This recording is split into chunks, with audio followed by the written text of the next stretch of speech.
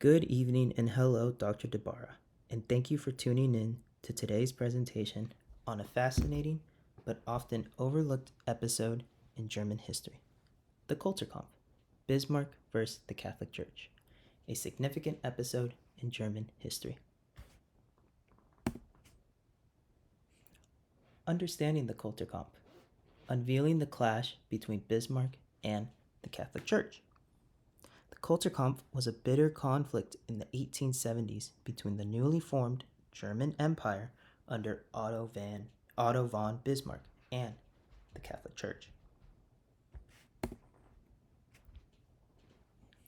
Unveiling the Kulturkampf, Bismarck versus the Catholic Church, navigating the conflict during German unification. As Bismarck sought to centralize control and unite the diverse German territories into one nation, he came into confrontation with the Catholic population and the Catholic Church. Otto von Bismarck aimed to limit the power and influence of Catholicism, which at the time he saw as a threat of foreign loyalties undermining the Reich.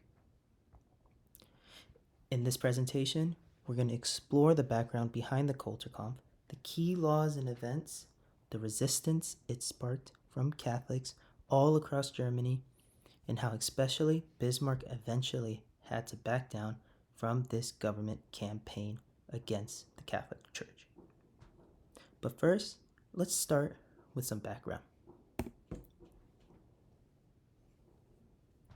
In 1871, the German states unified into the new German Empire under Prussian leadership after the Franco-Prussian War.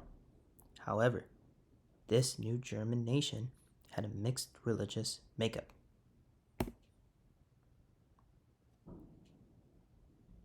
While Protestants were the majority, around 1/3 of the population was indeed Catholic, concentrated in regions like Bavaria and the Rhineland. Otto von Bismarck and the Prussian elite were nervous about incorporating these Catholic areas. The Iron Chancellor Otto von Bismarck wanted to unite all Germans under a centralized secular Prussian Protestant power base. However, he feared that the Catholics' loyalties to the Pope in Rome could undermine the cohesion of the new German state.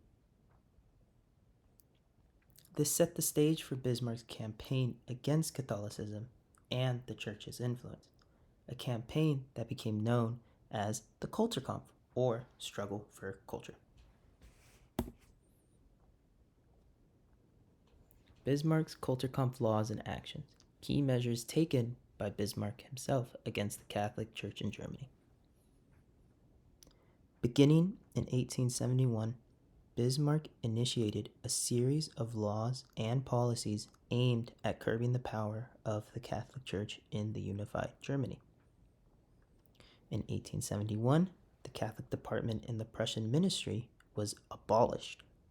Then, later on in 1872, the Jesuits and related Catholic religious orders were expelled from Germany entirely. The expulsion reflected Bismarck's deep suspicion of the Catholic clergy's loyalty to the German nation. Further laws followed over the next few years, allowing civil marriage, state supervision of seminaries to control priestly education, and the establishment of the Old Catholic Church as a new approved German Catholic body. But the most severe restrictions came in 1873 with the May Laws. These curbed the Church's disciplinary powers over schools and teachers. Priests were required to be educated in Germany and swear an oath of allegiance directly to the Reich.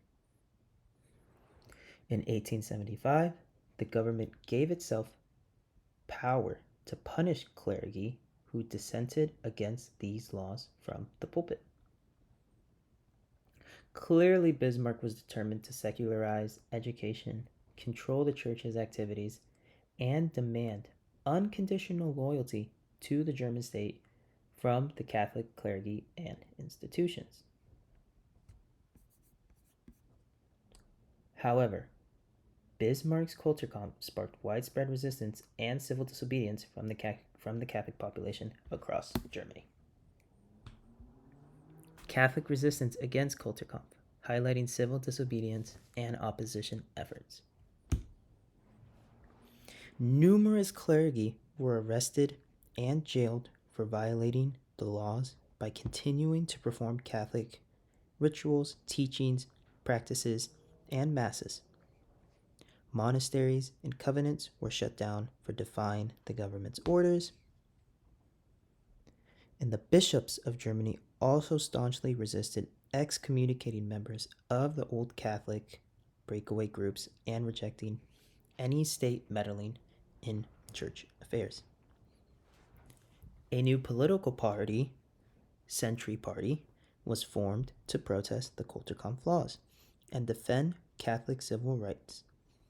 Catholics rallied around their faith and identity. Pope Pius himself denounced the laws as an offense to God, galvanizing the German Catholic community in resistance of Bismarck's secular campaign. What Bismarck intended to suppress had ironically strengthened Catholic mobilization and opposition to state power.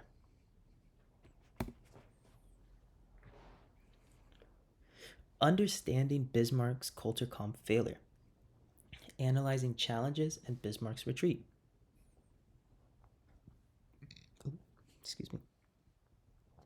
By the late 1870s, it was clear that the Kulturkampf had failed to achieve its goals. The laws were hugely unpopular and extremely difficult for the government to fully enforce. Catholic resistance showed no signs of abating or cooperating. In fact, the relentless conflict was threatening political stability in parts of Germany that Bismarck could ill afford. Looking ahead at rising socialist and labor movements, the pragmatic Bismarck realized he needed to cultivate Catholic support as a counterweight. So, in a political reversal, the Chancellor began revising and repealing many of the anti-Catholic Kulturkampf laws through the 1880s. Finally, in 1887, the Pope and Bismarck reached an accommodation, making an end to the bitter church-state conflict that had raged for over 15 years. In conclusion, the Kulturkampf stands out as one of the most significant religious and cultural clashes in the process of German unification. What began as Bismarck's attempt to secularize education and public life while diminishing Catholic foreign loyalties ultimately backfired.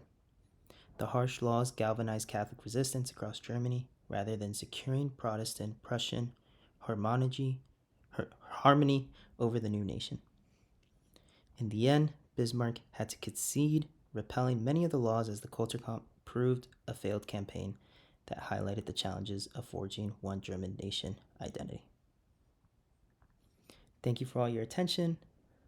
Thanks so much for listening, Dr. Dabara. Have a great day.